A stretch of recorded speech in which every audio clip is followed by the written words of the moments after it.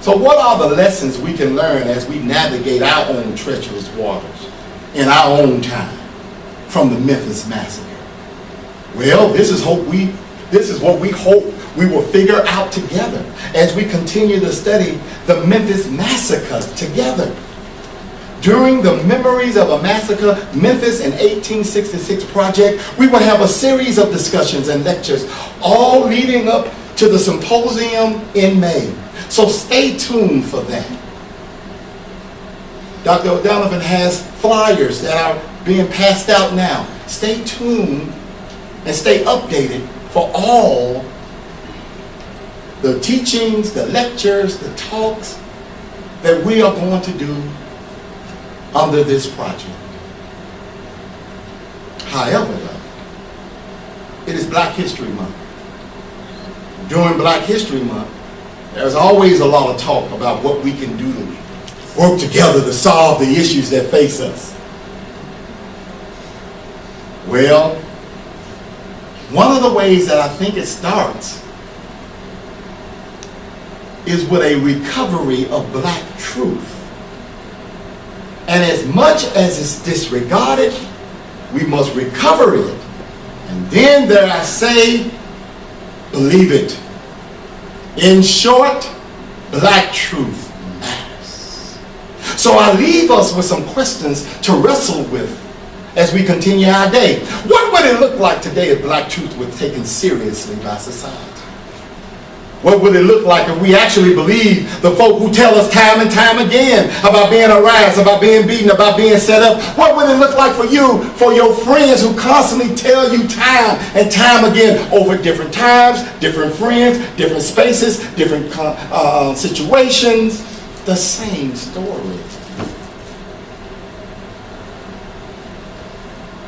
And what would it look like, speaking of congressional investigations, where the people of Flint, Michigan can testify that they knew something was wrong with the water way before it became news?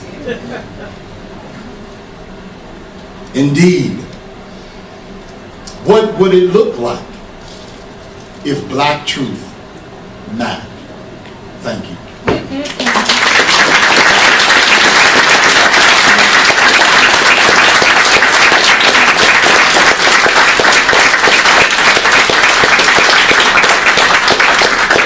I do believe we have time for some questions. If you don't have any, that is fine. I can go now.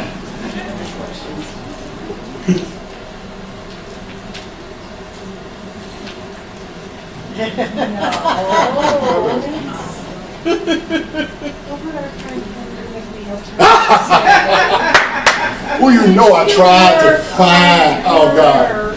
He is so in the center of all of this. You know I did that. I was digging and digging and digging and digging. Thank you.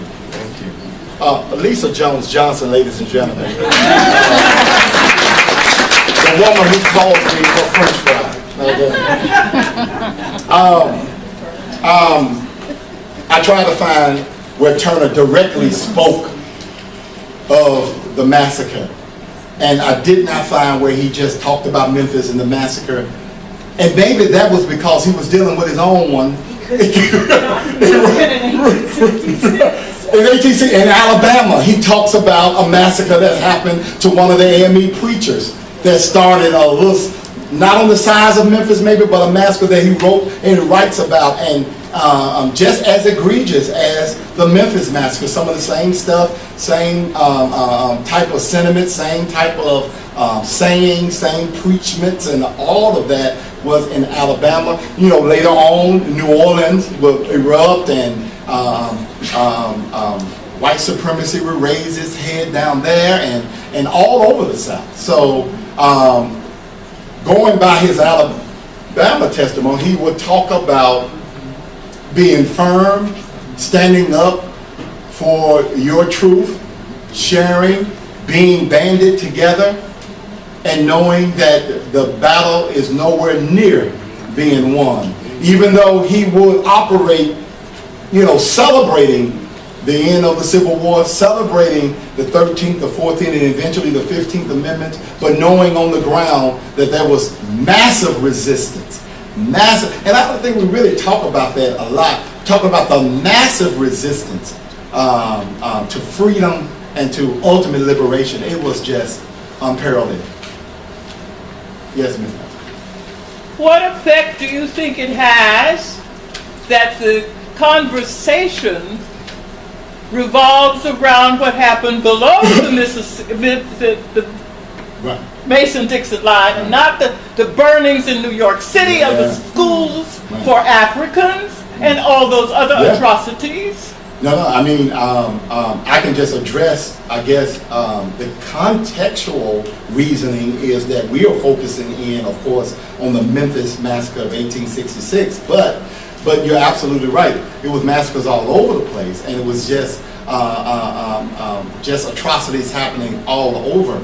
And this is one of the, I think also this is one of the things that we're trying to do, and I have Dr. Bond and Dr. O'Donovan here.